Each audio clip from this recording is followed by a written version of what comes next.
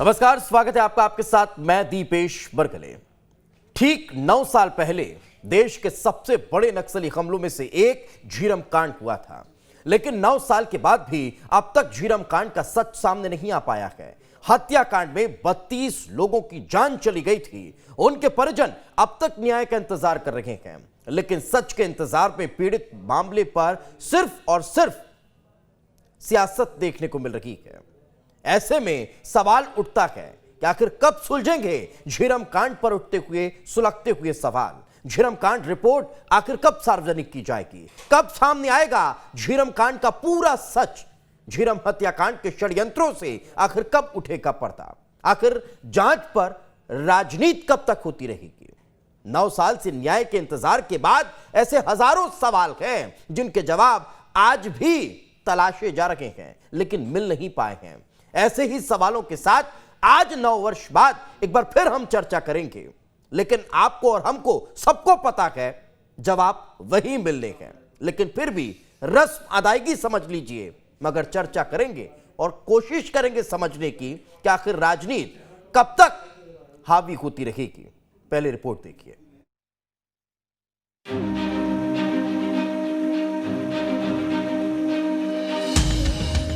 9 साल से झीरम कांड की जांच चल रही है, जिसमें देश की बड़ी बड़ी एजेंसियां भी शामिल थी, लेकिन सच क्या है ये अब तक किसी को पता नहीं चल पाया है। झीरम कांड की 9वीं बरसी पर मुख्यमंत्री भूपेश बघेल ने जगदलपुर के लाल बाग मैदान में झीरम घाटी शहीद मेमोरियल का लोकार्पण किया और पूरे मामले को राजनीतिक षड्यंत्र बताया। जिस राजनीतिक षड्यंत्र की मुख्यमंत्री बात कर रहे हैं, उसी का इंतजार पीड़ित और राज्य की जनता 9 साल से कर रही है। जांच के लिए अब तक 5 एजेंसियां सामने आ चुकी हैं। 3 एजेंसियों की जांच पूरी हो चुकी है। बस्तर पुलिस, NIA और जस्टिस प्रशांत मिश्रा की जांच पूरी हुई है। CBI और राज्य सरकार ने SIT का भी गठन किया गया था। NIA से केस डायरी न मिलने से जांच नहीं हो सकी। भारतीय जनता पार्टी झीरम का सच सामने आने में सबसे बड़ी रोड़ा बन के सामने आ रही। जब सरकार में थे, CBI जांच की मांग का विरोध किया। इनकी केंद्र सरकार ने NIA की जांच में क्लोजर रिपोर्ट जमा कर दिया। उसके बाद जब हमारी सरकार बनी, हमने झीरम की जांच करवाने के लिए SIT का गठन किया, तो केंद्र सरकार ने NIA से फाइल वापस नहीं करवाई। झीरम कांड में अब तक 3 टीमों की जांच पूरी हो गई है। जस्टिस प्रशांत मिश्रा ने रिपोर्ट राज्य सरकार को सौंप दी है, लेकिन सरकार ने अब तक रिपोर्ट सार्वजनिक नहीं की, बल्कि एक नया जांच आयोग गठित कर दिया। अब ये मामला हाई कोर्ट में अटक गया है, तो अब कोई नहीं जानता कि रिपोर्ट कब बाहर आएगी। झीरम जांच की रिपोर्ट जस्टिस प्रशांत मिश्रा ने सरकार को सौंप दी थी। नियम के मुताबिक रिपोर्ट 6 महीने के अंदर विधानसभा में रखनी थी। राज्य सरकार ने जस्टिस प्रशांत मिश्रा की रिपोर्ट सार्वजनिक नहीं की। भूपेश सरकार ने मामले में जांच आयोग का पुनर्गठन किया। नए आयोग के गठन के खिलाफ धर्मलाल कौशिक ने याचिका दायर की। याचिका में पुरानी रिपोर्ट सार्वजनिक करने, नए आयोग को भंग करने की मांग की। हाई कोर्ट ने नए आयोग के गठन पर रोक लगाकर सरकार से जवाब मांगा।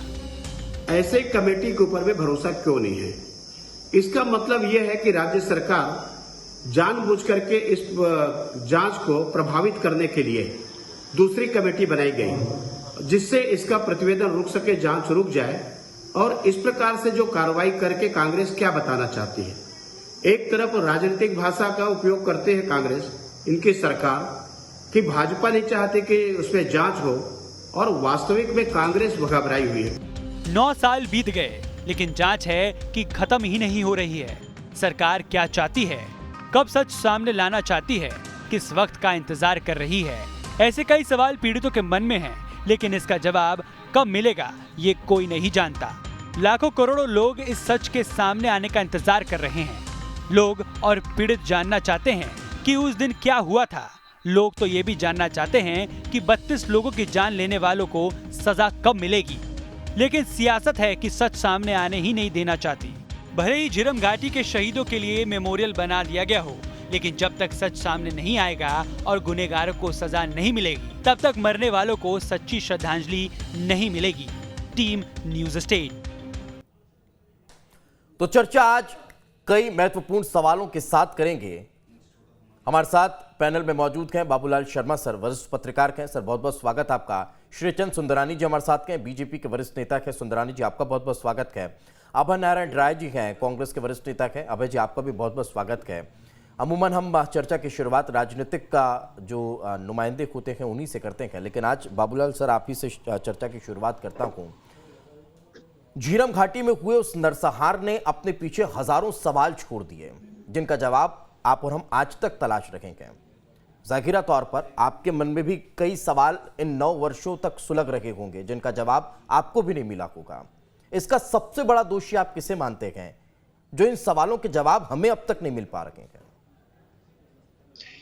देखिए, दोषी तो मैं किसी को तय नहीं कर पाऊंगा, लेकिन मैं एक बात जरूर कहूंगा कि सियासी मुद्दा न बनाया जाना चाहिए था, इसको बनाया गया। एक चीज। दूसरी चीज ये है कि सबसे महत्वपूर्ण चीज जो है, जिनकी शहीदी हुई है, जो 20 नेता मारे गए हैं, उनके परिजनों ने ये माना है कि ये षड्यंत्र है। तो उस षड्यंत्र को बिंदु में रखकर उसकी जांच होनी चाहिए थी, लेकिन कहीं भी ऐसा महसूस नहीं हुआ है लोगों को कि षड्यंत्र को बिंदु बनाकर जांच हुई हो और ऐसे गवाहान को बुलाया गया हो जिन्होंने वहां प्रत्यक्षदर्शी के रूप में मौजूदगी दी थी। अभी आज ही एक बड़े अखबार के सर्वे छपी है, उसमें उन्होंने ये कहा है कि हमने उन लोगों से बात की है जो लोग वहां प्रत्यक्षदर्शी के रूप में मौजूद थे। महेंद्र कर्मा के बगल में उनको उल्टा लिटा दिया गया था। उन्होंने पूरा प्रत्यक्षदर्शी आंखों देखा हाल बता करके जो है एक सनसनी सी फैला दी है और ये साफ किया है कि कुछ ना कुछ था। एक गवाह ने ये बताया है, जिसको किसी भी आयोग ने नहीं बुलाया, उसने ये बताया है कि पूछ पूछ करके मारा गया कि तुम कौन, और उस तरह से गोली मारी गई। नंद कुमार पटेल को मारी गई, महेंद्र कर्मा को मारी गई, और कवासी लखमा जी जो थे उनको जाने दिया गया, और एक जवान और था उनको भी जाने दिया गया। तो यहीं पे जो है शंकाएं पैदा हुई कि भाई उनको क्यों छोड़ा गया, उनको क्यों मारा गया, और नाम क्यों पूछ पूछ करके मारा गया। सबसे महत्वपूर्ण चीज ये है। और दूसरी चीज ये है कि एक बयान ये देखा गया है कि एक गवाह ने ये बताया है कि मैं महेंद्र कर्मा के साथ था, गाड़ी में साथ था। मैंने महेंद्र कर्मा जी को ये सूचना दी कि देखिए भैया, कहीं भी अपने को रोड ओपनिंग पार्टी दिखाई नहीं दे रही है, न रोड ओपनिंग पार्टी वाली मोटरसाइकिल कहीं किनारे खड़ी हुई दिख रही है, कुछ तो गड़बड़ है। तो बिंदास व्यक्ति थे महेंद्र कर्मा जी, उन्होंने एक बात कही कि बोले छोड़ो ना यार रोड ओपनिंग पार्टी को, आप तो महेंद्र कपूर के गाने लगाओ। मतलब ये साफ है कि कहीं न कहीं सुरक्षा की कमी जो साथ चल रहे लोग थे उनको भी महसूस हो गई थी कि सुरक्षा पूरी नहीं है, रोड ओपनिंग पार्टी ठीक से आगे नहीं चल रही है, कुछ ना कुछ गड़बड़ है। लेकिन उसके बावजूद भी जो है ये कहना सबका कि पर्याप्त सुरक्षा उपाय किए गए थे, पर्याप्त सुरक्षा थी, और जो स्थितियां वहां बनी, तो आखिर सुरक्षा एजेंसियों के रहते हुए इंटेलिजेंस फेल्योर क्यों रहा, बिल्कुल ये समझने की बात होगी। पहले से इस बात की सूचना समझ में क्यों नहीं आई कि वहां पर नक्सलियों की मौजूदगी है। तो शंकाएं सारी चीजों को हम राजनीति के दृष्टिकोण से अलग कर दें, तो एक बात को बिंदु जरूर बनाएं कि परिजन चाहते हैं, परिजन मानते हैं कि ये एक राजनीतिक षड्यंत्र है, तो उसी बिंदु से जांच किसी भी तरीके से सामने आए और उनके परिजनों को स्पष्ट हो जाए कि षड्यंत्र था या षड्यंत्र नहीं था। बिल्कुल सुंदरानी जी, बड़ा सवाल, और पिछले 9 वर्षों से हम इस मसले पर कई बार चर्चा कर चुके हैं, आप भी हमारे पैनल में मौजूद रहे। इस विषय पर आखिर जांच कराने में कहां दिक्कत रही, क्यों इस विषय पर जांच नहीं हुई, कि क्या कोई सुरक्षा में चूक थी? एक सुरक्षा में चूक अगर मानी भी गई, नहीं भी मानी गई, तो सुरक्षा में मौजूद उन पुलिस कर्मियों को क्यों नहीं बुलाया गया, उन जिम्मेदार अधिकारियों के बयान क्यों नहीं लिए गए कि वो उस वक्त कहां थे, एसपी कहां थे, वरिष्ठ जिम्मेदार दूसरे अधिकारी कहां थे? एक दूसरा, अगर परिजन लगातार मांग कर रहे थे कि ये एक षड्यंत्र था, उस षड्यंत्र के एंगल से जांच करानी चाहिए थी, वो क्यों नहीं हो पाई? सुंदरानी जी। नहीं, निश्चित रूप से दीपेश जी, हम भी चाहते हैं, हमारी पार्टी भी चाहती है कि झीरम घाटी के शहीदों के जो गुनहगार हैं उनको सजा मिलनी चाहिए, और सजा के साथ साथ वो पर्दा भी उठना चाहिए। यह भारतीय जनता पार्टी भी चाहती, क्योंकि प्रदेश के वो प्रथम पंक्ति के सारे नेता थे, और निश्चित रूप से बड़ी क्षति हमारे छत्तीसगढ़ राज्य को हुई। तो मैं 2-3 चीजों की ओर प्रशांत जी, दीपेश जी, मैं आपका ध्यान दिलाना चाहूंगा ये जब घटना हुई उस वक्त यूपीए की सरकार थी केंद्र में, राज्य में भारतीय जनता पार्टी की सरकार, डॉक्टर रमन सिंह जी की सरकार थी। एनआईए की जांच का आदेश केंद्र सरकार ने दिया था, डॉक्टर रमन सिंह जी की सहमति से दिया था, उन्होंने पूरी तरह से उन्हें सपोर्ट किया। मैं आपको बता रहा हूँ, एक जस्टिस प्रशांत मिश्रा जी के अध्यक्षता में एक कमेटी का गठन हुआ, एक आयोग का गठन हुआ। 6 नवंबर को उन्होंने अपनी रिपोर्ट राज्यपाल जी को दी। 11 तारीख को मुख्यमंत्री जी ने वो रिपोर्ट सार्वजनिक हो वो वहां तक पहुंचे। 12 तारीख को राज्यपाल महोदय ने उनको रिपोर्ट सौंप दी। उसको विधानसभा के पटल पे रखना था, उस रिपोर्ट को सार्वजनिक करना था। चाहे सहमति असहमति एक अलग मुद्दा हो सकता है, लेकिन वो सार्वजनिक क्यों नहीं की गई, ये भी कहीं न कहीं बड़े संदेह को जन्म देता है। और इतना ही नहीं, 12 तारीख को रिपोर्ट मिलती है, उसके एक दिन पूर्व उसी जांच कमेटी में 2 सदस्यों की और नियुक्ति यह सरकार करती है और इसको 3 बिंदु और साथ में जोड़ती है जांच के।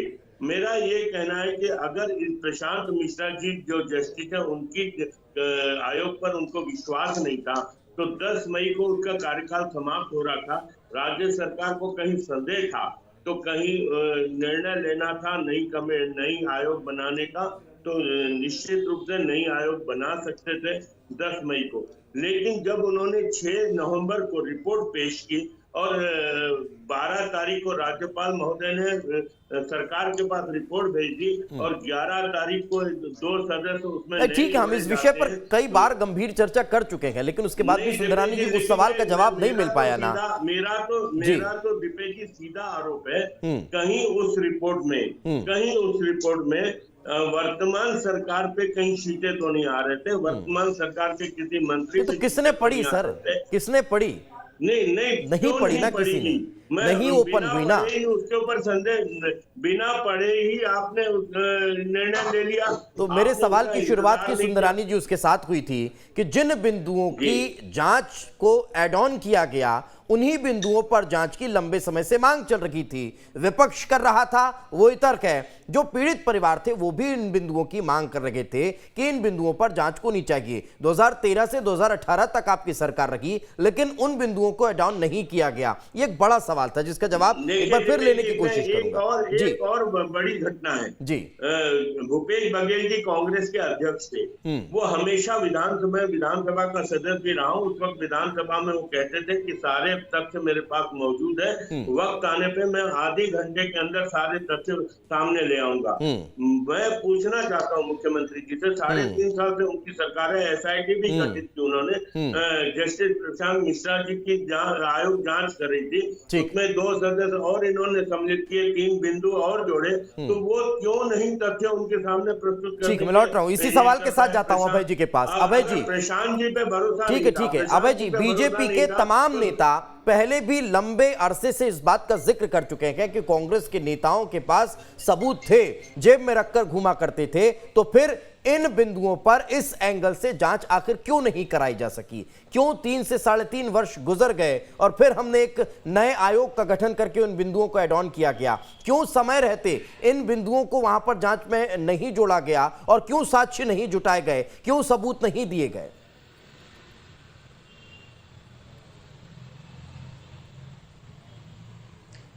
दीपेश जी, सबसे पहले 25 मई है, मैं 2013 की उस घटना के लिए शहीदों को श्रद्धांजलि अर्पित करता हूं और ईश्वर से प्रार्थना करता हूं कि किसी भी सरकार में ऐसी घटना न हो।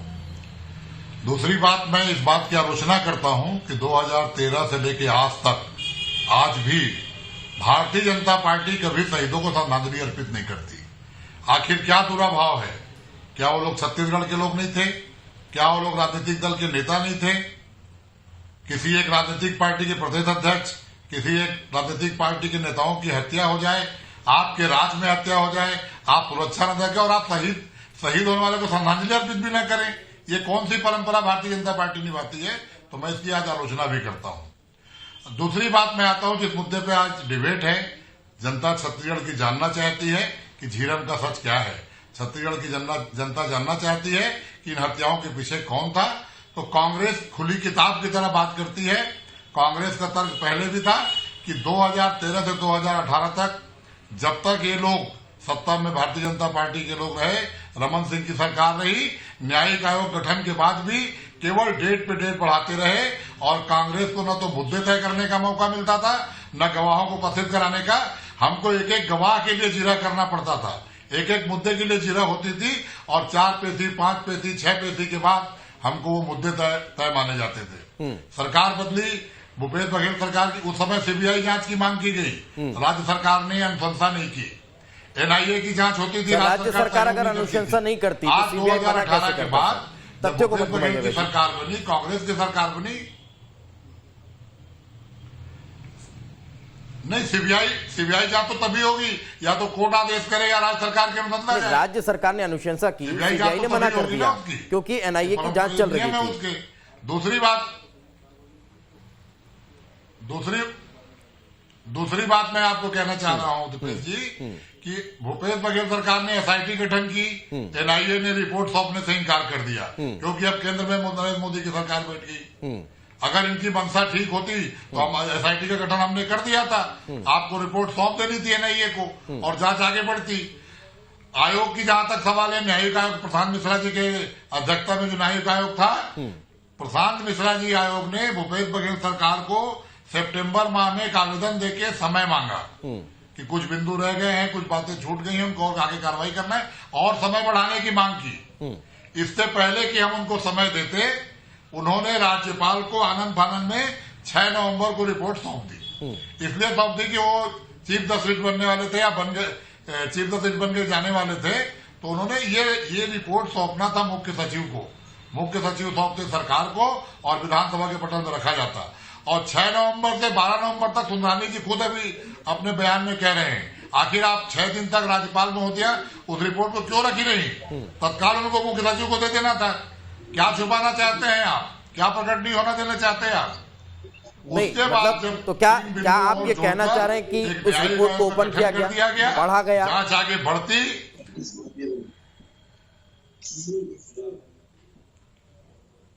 क्या आप ये कहना चाह रहे हैं कि इस रिपोर्ट को ओपन किया गया और पढ़ा गया? सरकार पर टिप्पणी नहीं करना चाहता, लेकिन भारतीय जनता पार्टी के नेता रोज उस रिपोर्ट के बारे में बयान दे रहे थे। रमन सिंह जी का बयान आ रहा था जो गैर जिम्मेदाराना था।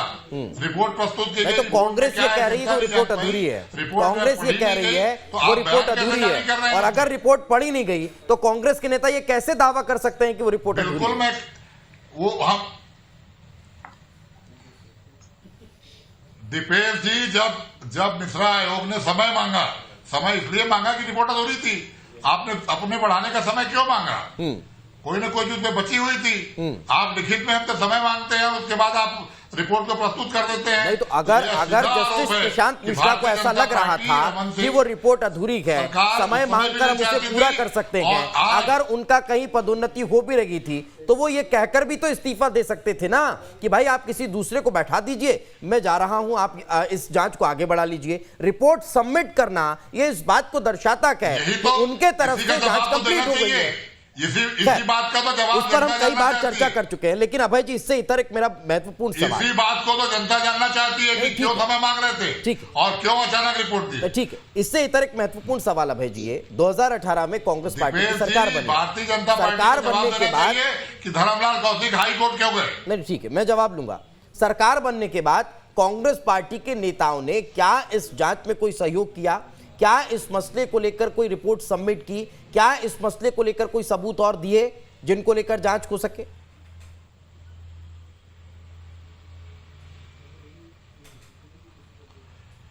पूरे एसआईटी का गठन होने के बाद जांच चालू होता, हम उसके सबूत देते, गवाह पेश करते, लेकिन इन लोगों ने एनआईए से रिपोर्ट हमको नहीं दी, एनआईए ने फाइल नहीं दिया। हमने जांच आयोग बनाया, उसके 3 बिंदु तय किए, वो जांच आगे बढ़ती। इससे पहले धर्मलाल कौशिक हाई कोर्ट चले गए और हाई कोर्ट से स्टे आ गया। आखिर कहां सबूत दे? रमन सिंह के घर में जाके सबूत दे कि नरेंद्र मोदी के घर में जाके सबूत दे? झीरम के शहीद की विधवाएं आज भी न्याय मांग रही हैं। छत्तीसगढ़ सरकार न्याय देना चाहती है वो दिशा, क्योंकि हमारे तो नेता मारे गए, हमारे शहीद हैं। बाबूलाल शर्मा सर, क्या ऐसा संभव है 9 वर्षों में कोई सबूत अपने जेब में रखकर घूमे, न्यायिक जांच एजेंसियों को यह बताने का प्रयास करे कि मेरे पास सबूत है, आप ले लीजिए, मैं आपको दिखाना चाह रहा हूं कि क्या हुआ था, क्या सच है क्या झूठ है, संभव है जांच एजेंसियां नकार दें, ठुकरा दें? देखिए, जब किसी घटना में सीधा सीधा सियासी चालें या सियासी मुद्दे बनाए जाते हैं, तब जो है राह भटकती है। अगर षड्यंत्र मुद्दा है, जो परिजन मान रहे हैं कि इसमें षड्यंत्र है, तो मुद्दा सिर्फ षड्यंत्र के बिंदु को शामिल करने का था। तो आज अगर मैं राय साहब उसका जवाब देंगे कि जो उन्होंने नया आयोग गठन किया है उसमें जो 3 बिंदु रखे हैं, क्या उसमें षड्यंत्र का बिंदु है या कौन कौन से बिंदु हैं? तो उससे बड़ा स्पष्ट होगा कि कौन सी सरकार क्या चाहती है और कौन सी सरकार ने क्या चाहा था। चलिए अभय जी संक्षेप में बता दीजिए कौन से 3 बिंदु हैं जिनको ऐड ऑन किया गया है?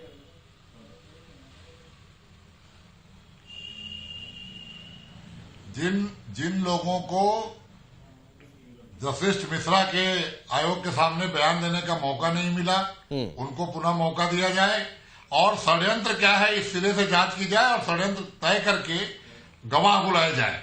जिन गवाहों को बुलाया जाएगा तो वो 3 बिंदु जिनको भारतीय जनता पार्टी की सरकार भी नहीं कभी हाईलाइट की, वो 3 बिंदु जिनको प्रशासन, और सबसे बड़ा बिंदु है कि प्रशासनिक चूक क्या हुई, हमको सुरक्षा क्यों नहीं मिली।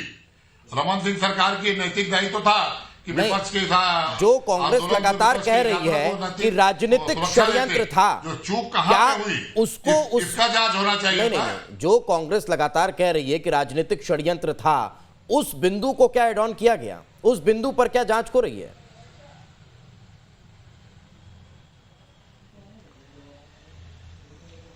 देखिए, मैं अभी तो आपसे स्पष्ट रूप से उस बिंदु की बात नहीं कर पा रहा हूं, क्योंकि मैंने उन 3 बिंदुओं को जो ठीक है, जब कांग्रेस नेताओं को पता ही नहीं है कि हमको जांच किस बिंदुओं पर करानी है। सुंदरानी जी, एक बड़ा सवाल सुंदरानी जी ये कि आखिर लगातार जब जांच का आप लोग भी जिक्र कर रखे हैं, सुंदरानी, जब आप लोग भी चाहते हैं कि, लेकिन षड्यंत्र की जो बात आप कह रहे हैं उसको मैं जान के लूंगा।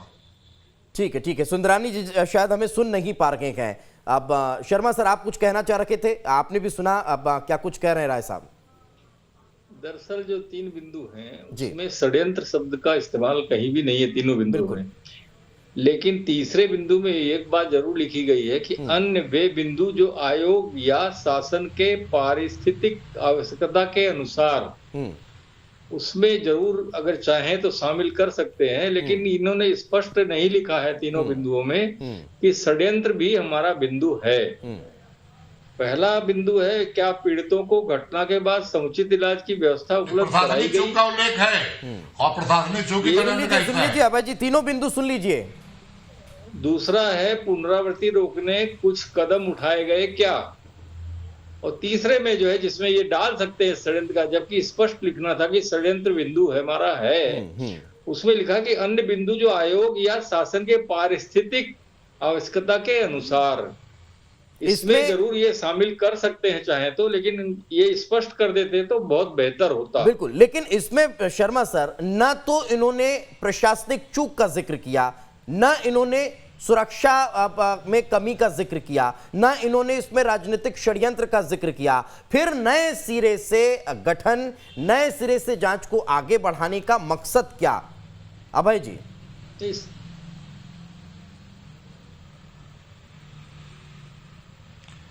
मैंने कहा कि 15 मतलब रमन सिंह सरकार के दौरान जो भी न्यायिक जांचों के बिंदु तय होते थे, हम बहुत सारे बिंदुओं को ऐड करने के लिए कांग्रेस के वकील के माध्यम से वहां बिंदु तय कराए अपने आवेदन देते थे। फिर तो सर अब तो आप लोगों ने आयोग में नियुक्ति की, अब आप लोग जांच आगे बढ़वा रखे हैं, लेकिन उसमें भी जो 3 बिंदु गिना दिए ना शर्मा सर ने, उसमें भी उन 3 बिंदुओं में उन बातों का जिक्र नहीं है ना सर। हाई कोर्ट के जिन बिंदुओं पर, अरे सर आप जब जांच चालू होती, अरे बिल्कुल सुनिए अभय जी, जब जांच के लिए आपने नियुक्ति की, जब आपने 3 बिंदुओं को ऐड किया, वो 3 बिंदु कहां गए? जो 3 बिंदु आप लोगों ने डिसाइड किए, उन 3 बिंदुओं में राजनीतिक षड्यंत्र, सुरक्षा में चूक कहां है?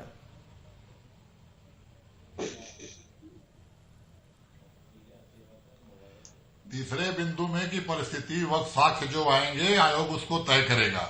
जब सुनवाई चालू होती वकील हमारे वहां तर्क देते हैं, उसपे जो बिंदु निकल के आते हैं सारी चीजें आएंगी। ठीक है, अब देखते हैं। लेकिन भारतीय जनता पार्टी के नेता तो सुनवाई होने देना नहीं चाहते। सुंदरानी जी, ये जवाब चाहती जब है आप कि लोग चाहते हाईकोर्ट क्यों हैं गए? कि इस मसले का दूध का दूध और पानी का पानी हो, राजनीतिक षड्यंत्र हो तो भी, न हो तो भी, न्याय तो कम से कम पीड़ितों को मिले, फिर क्यों आप लोग अड़ंगड़ा रखे हैं? दीपेश जी, मैंने डिबेट की शुरुआत में भी कहा, और अभय जी अभी कह रहे थे कि भारतीय जनता पार्टी के लोग श्रद्धांजलि तक नहीं देते। दीपेश जी, मैंने ये कहा कि निश्चित रूप से हमारे प्रथम पंक्ति के नेता शहीद हुए हैं, और उन शहीदों के जो भी गुनहगार हैं उनको सजा मिलनी चाहिए, और भारतीय जनता पार्टी भी ये चाहती है। मैं ये कह रहा हूं कि आज ये राजनीतिक षड्यंत्र की बात करें, सुरक्षा की बात करें, और इन्होंने जो 3 मुद्दे तय किए, दोबारा जो आयोग में पुनर्गठन किया, 2 जजों की नियुक्ति की, उस वक्त भी ये दोनों मुद्दे इसमें नहीं जोड़े। अवैध जी, आप इसका तो जवाब आपको जनता को देना। और धर्मलाल कौशिक जी ने जो याचिका दायर की वो इसी बात को लेकर है कि जो जस्टिस प्रशांत मिश्रा जी ने आयोग की रिपोर्ट सौंपी है, आप ये कह रहे हैं कि सितंबर में उन्होंने कहा था कि जांच के कुछ बिंदु रह गए, हो सकता है उन्होंने जांच पूरी कर ली हो, और नवंबर में 6 नवंबर को उन्होंने पूरी रिपोर्ट पेश की। ठीक है, लेकिन उसके बाद भी बीजेपी को कोर्ट अगर जाकर, ठीक है ना सर, अगर आपको न्याय चाहिए ही तो उन बिंदुओं पर जिनको एड ऑन किया गया उसमें जांच हो जाने देते तो दूध का दूध पानी का पानी हो जाता। खैर, वक्त इससे ज्यादा इजाजत दे नहीं रहा है। बहुत बहुत शुक्रिया आप तीनों मेहमानों का हमारे साथ चर्चा में जुड़ने के लिए, लेकिन न्याय का इंतजार आज भी पीड़ित परिवार कर रहा है। दीजिए इजाजत, नमस्कार।